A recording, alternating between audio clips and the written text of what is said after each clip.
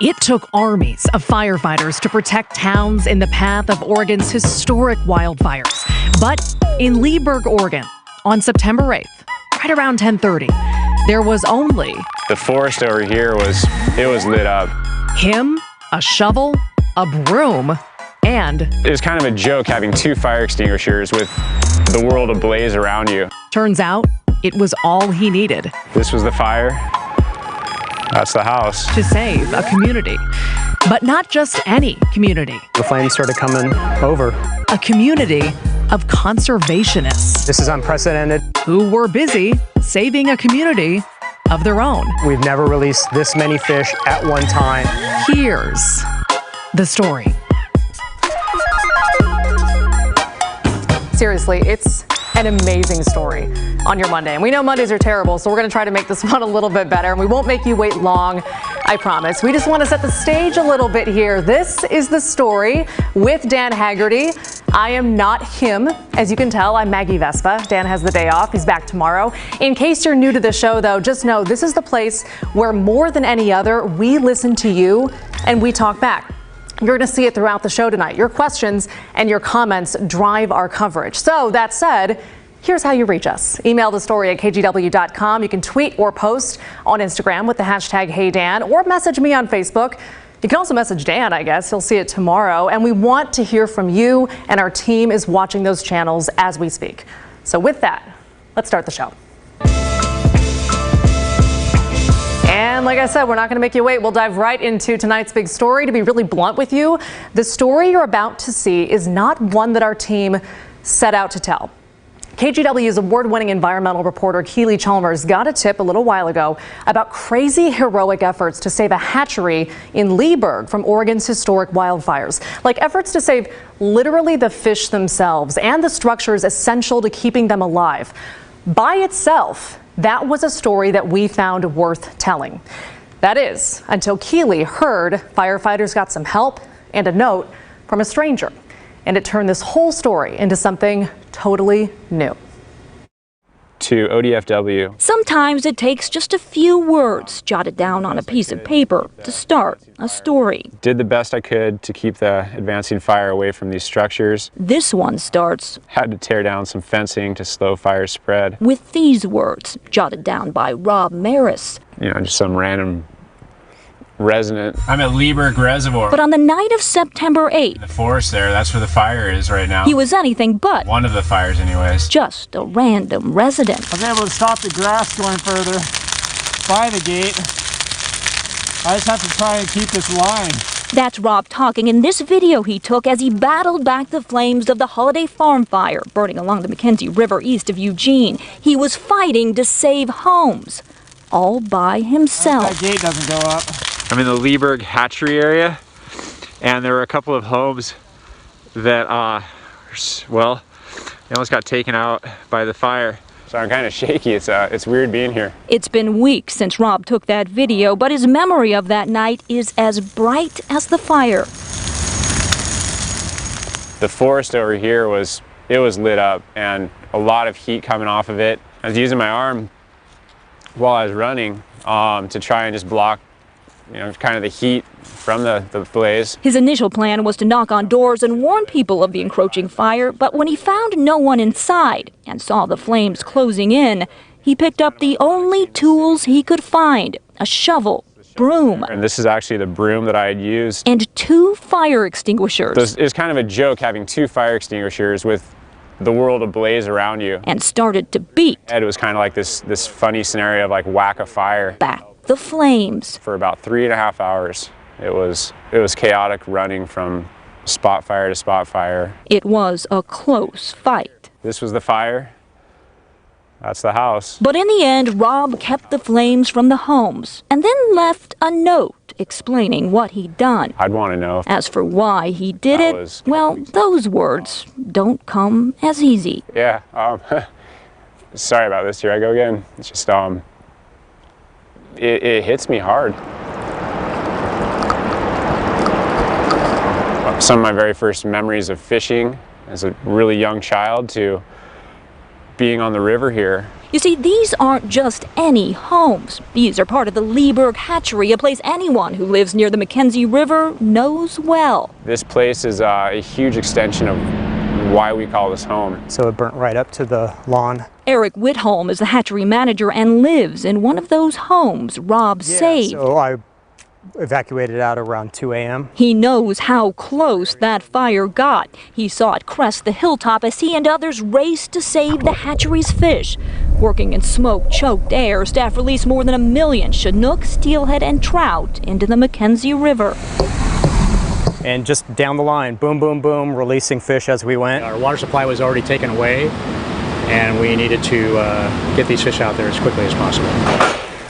This is unprecedented.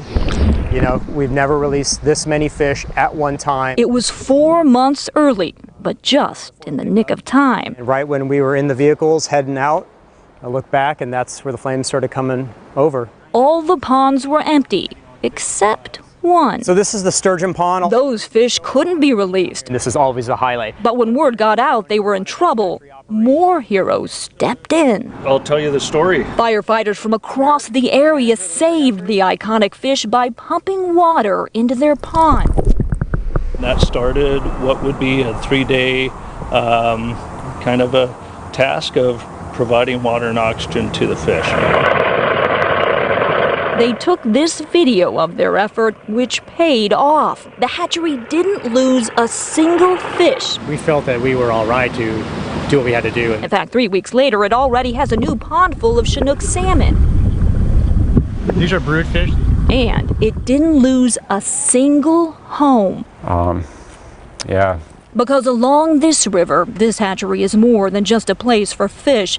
It's a place worth fighting for. A place people will go above and way beyond to save. When we were releasing the fish, we actually saw the flames starting coming over the hill. And then offer a quick thanks. Yeah, just so much appreciation. Thank you. Or leave a simple note. I don't know if that'll sink in, but fully, but it feels good. Just because. You go through a large fire like this and there's a lot of loss, and so you hold on to those small victories you have sometimes. All right, KGW environmental reporter Keely Chalmers joining us now. Keely, I mean, we wanted to talk to you about this piece because our executive producers tell me the story of how that story came together is wild because you and photographer Steve Redlin went down there. You didn't know about the note until you got there. So how did this happen? Yeah, we didn't know that note existed at all. We went down to Leeburg to do a story on the heroic actions of these folks at the hatchery. When we were talking to those folks, we then found out about the heroic actions of the firefighters. So then we went down and talked to the battalion chief. While talking to him, then we learned about this note, because as the firefighters were there and trying to refill the sturgeon pond, they went up to check on the houses up there and saw this note. There was a fire extinguisher, there was a rake, and there was this little note posted to the fire extinguisher from this citizen, Rob Maris. Nobody knew who it was. Rob did leave his phone number at the end of the note, and I asked the battalion chief if it was okay if I called them. And they said, absolutely, we'd love to find out who this is who saved the homes. I gave Rob a call, very modest gentleman. And I said, hey, you wanna meet us here at Leeberg? We're here right now. Would you mind coming here and sharing your story? And he said, normally I don't know if I would, but if it would help save this hatchery, which, by the way, for years had been threatened with defunding, and the community really rallied to keep it alive and keep it going. Rob, one of them, he said, if my story will help keep this hatchery around for future generations, he said, I'll make the 45-minute drive to meet you and share the story. And I'll tell you, he walked us around those homes. He showed us what he did. And it was, an amazing story. Yeah. Very, very proud to be part of it. Well, we're so proud of you. I mean, that was a fantastic story. You and Steve did an amazing job with it. And just, way to follow the story where it took you. Keely Chalmers, thank you so much. Thank you. So good to see, Keely. All right, since we're on the topic, we want to take the time now to answer one of your questions like we talked about at the top of the show, and it stems from our wildfire coverage last week. On Friday specifically, we talked about the role our winds played in sending already burning wildfires into overdrive and possibly starting new ones. Pacific Power, specifically, is now facing a class action lawsuit for not turning off its power grid even after being warned that high winds were coming. They're not commenting on that suit. After the segment aired, though, Sharon Wind, and I really hope that your last name is pronounced Wind because that would be amazing, she tweeted at me and at the story and she wrote, "What about burying the power lines? Would that be too costly?" Sharon, that is an awesome question, and I promised you on Friday we would look into it, and we have. The short answer is, you guessed right. Utility companies have historically said it's expensive. It's really expensive. Lots of coverage tied to this topic came out, as you can imagine, following the Camp Fire that devastated Paradise, California. Much of that damage was blamed on PG&E and their downed power lines. Case in point, this piece in the San Francisco Chronicle, and specifically it quoted the cost of undergrounding, apparently that's a term, power lines versus stringing them overhead like we're all used to. A new overhead line costs nearly $450,000 per mile, says the Chronicle. A new underground line starts at above $1.1 million, and that's outside of cities. A 2015 report by the San Francisco city and county officials said in Oakland, the cost of an underground line jumps to $2.8 million per mile. In San Jose, it was $4.6 million. And the industry consensus seems to be that cost would be shouldered by customers. So all that said, we reached out to PG&E, to Pacific Power, and to Portland General Electric about where they stand with this practice, with this idea, especially with the growing role that high winds are playing with these fires. We haven't yet heard back. We'll let you know if and when we do. All of that said, fire season in Oregon and across the West is changing. It's getting longer, it's getting more destructive, and it's getting deadlier. The Beachy Creek fire is a perfect example. It was burning well before that Labor Day windstorm in a remote area in the woods. It was just 10 acres, and it wasn't threatening anyone. Now it's at nearly 200,000 acres. It's destroyed countless homes and taken lives.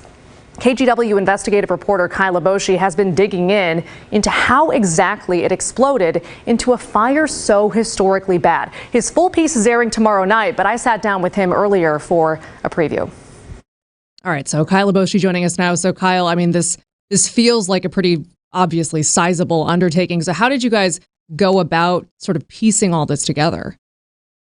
Really, in many ways, this is a comprehensive timeline of what happened in this fire. We went back to when the fire actually started in mid-August and then traced its path and firefighting efforts all the way until the very end, the present day. We really took this on as kind of a visual investigation, and every piece of evidence we can find, we pieced it together. So we're talking about photos, video, dispatch audio recordings of police and firefighters responding, maps, also satellite imagery to really get a clear understanding of how this fire played out and what factors contributed to its incredible growth. Yeah, we don't go digging for a lot of that with every wildfire that we encounter. So like knowing that you have all of that now at your disposal, what stands out to you the most? I mean, there were a number of things that were really interesting because keep in mind, all of us watched this play out in real time, bit by bit came out. And this is an opportunity to kind of step back and look at the totality of what happened here. But the one piece that we got a hold of that was really interesting to me was the satellite imagery, because what it shows is the size and the scale of this disaster. And it really is a disaster when you look at these images from above, because they're before and after photos. So many times you may look at communities like Detroit, for instance, which many of us know and love. It's a tourist area, lakeside resort town, and you can see the features of that before the fire hit. Then if you look at the aftermath from above, you can see how pockets of it have been completely decimated and destroyed. There are areas that seem untouched, but by and large, you look at the devastation and you really get an appreciation of how significant and devastating this fire was. Yeah. Well, it's a lot to take in, and I'm looking forward to the investigation. Again, Kyla Boshi's piece airing tomorrow night at 6 on kind of how the Beachy Creek fire came to be, this historically massive and devastating fire that we know it is today. Kyle, thank you so much. Looking forward to it. When the story continues, Mayor Wheeler finally gives KGW some one-on-one time. So, Pat, here's what we're doing. Take one of the president's tweets and stretch it across 6 paragraphs, and you get a pretty good idea of what he wrote for his statement for the Oregon Voter Guide. And a viewer wants to know whether our COVID-19 phases were just a phase. Hey, welcome back, y'all. So once again, this is The Story, but I'm Maggie Vespa. Dan is back tomorrow. That said, the contact info is always the same. I keep asking for my own hashtag. They won't give me one. You can email thestory@kgw.com. You can tweet or post on Instagram with the hashtag HeyDan, or you can reach out to Dan or me on Facebook. Seriously, we're always listening, and our team is watching for those comments now. And if you want proof, I don't blame you, because it's 2020 and we trust nothing. So let's do this. Sean Viv asked us on Twitter, what happened to the phased reopening in the metro area? Are we ever going into phase 2? Sean, that is a great question. I can feel your frustration. Here's the deal. The phases haven't gone anywhere, except maybe out of our immediate attention. To answer your question about the Portland metro area specifically, things haven't changed much. You can see that list there. The state's reopening map still has Multnomah, Clackamas, and Washington counties in phase 1. The only other county in Oregon still in phase 1 is Malheur County, and it's on the state's watch list, which means COVID cases are spreading fast and they can't be traced to a specific source yet. Counties on the watch list stay there for at least 3 weeks until they get their case rates under the state's threshold. Every other county in Oregon is in phase 2. Look at that nice map. Those are the dark green counties on that map. It's from the Oregon Health Authority. The only difference, you can see Clatsop and Benton counties, they have stripes running through them. It looks like the Electoral College map on election night. They're in phase 2, but also they're on the state's watch list as well. So the combo platter of those two. And I know that's a lot. And a lot of you may have specific questions about your county. All of this information is really easy to find at oregon.gov. Just click on their coronavirus section. All right, Portland Mayor Ted Wheeler's tough summer got even tougher today. The Willamette Week reported new poll numbers from DHM polling that show him trailing his challenger, Sarah Iannarone, by 11 points. 41% for Iannarone, 30% for Ted Wheeler, and 29% either writing in a candidate or undecided. Teresa Rayford of Don't Shoot PDX is the subject of a vocal write-in campaign, although she's not officially campaigning. The mayor desperately needs to change the narrative, point blank, if he hopes to win in November, and Portland's homeless crisis seems to be his #1 priority to try and regain some edge. After literally months of trying to talk one-on-one with the mayor, our Pat Doris finally got some time with him today, and the first thing they talked about was homelessness. Number one, we clearly have a significant problem with people erecting tents in public right-of-ways, blocking businesses, making it difficult for people to access our sidewalks, access local businesses. And there's way too many people camping in concentrations that don't comport with public health and public safety right now in the midst of a COVID crisis. So I believe fundamentally what we need to do is find compassionate ways to get people off of the streets. And I've proposed in the near term finding 300 additional shelter beds. And we're also working with neighborhoods and others to find managed camp sites where people would have access to water and hygiene, toilets, and potentially services to help get them off and keep them off the streets. And again, it was a long interview. We're going to have a lot more from it later this week. And this Thursday at 7, KGW and the Oregonian are hosting a debate between Mayor Wheeler and Sarah Iannarone. You can watch it on KGW or KGW.com, also on KGW's YouTube channel. It's everywhere, and we really hope you check it out. And as you can see, you can ask us a question right there. Just take a video of yourself, keep it between 10 to 15 seconds, and send it our way. All right. Another Oregon mayor gave us a very important lesson today, and that lesson is always proofread your press releases. Bend Mayor Sally Russell had really good intentions when she put out a statement after a violent clash between Trump supporters and racial justice demonstrators. This happened on Saturday. It was at Pilot Butte Neighborhood Park. You might have heard guns were pulled, fights broke out, and there was at least one arrest. So Mayor Russell tried to kind of calm the waters. Unfortunately, the last sentence of her statement said, "Together we agree, we condone white supremacy." So close, and yet so far. So that brings us to our quote of the day in the cleanup statement that was sent soon after. It said in part, "We do not," in caps, "condone white supremacy." Much better. Proofreading people, it's your friend. All right, turning back now to Portland's mayor. It's kind of like the parade of mayors on this show, I swear. I mean, it's just crazy. We have so many stories about the mayors. Specifically, though, nope, not that parade. That's very different. Multiple doctors said that put a lot of people at risk. Let's step out of that. Let's get out of that. Okay, great. But hey, this next story involves the president too, so it kind of worked out, We all know that Mayor Ted Wheeler is a favorite target of President Trump. But in case you didn't know, look no further than the president's statement in the newly released Oregon Voters Guide. Presidential candidates can submit different statements for each state. For Oregon, President Trump devoted his entire statement to the ongoing protests and violence happening in Portland, saying he'll, quote, "put an end to the vicious destruction in your beautiful state." And he calls Mayor Wheeler a, quote, "failed leader who coddles Antifa." In fact, he mentions Antifa 3 times, calling them a violent criminal organization. Now, we need to point out Antifa is not an organization because they don't have any sort of centralized leadership. They're actually a loosely connected series of groups with a shared left-wing anti-fascist ideology.